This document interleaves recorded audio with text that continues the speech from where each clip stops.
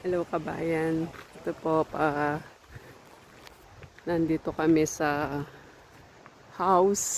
Calendar House and Park. Napakayaman daw po ng mga tao di. Hindi po sila hari or hindi sila special people. Basta't sila ay mayaman lang.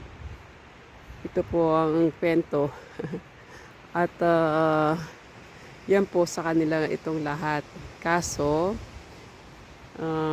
mamaya babasahin natin yung story nila. Kararating lang po namin. Ayan. At itong kasama ko nandun na. Ako pa rito. Ganda po At ang istorya po ay baka konti lang ang naging anak.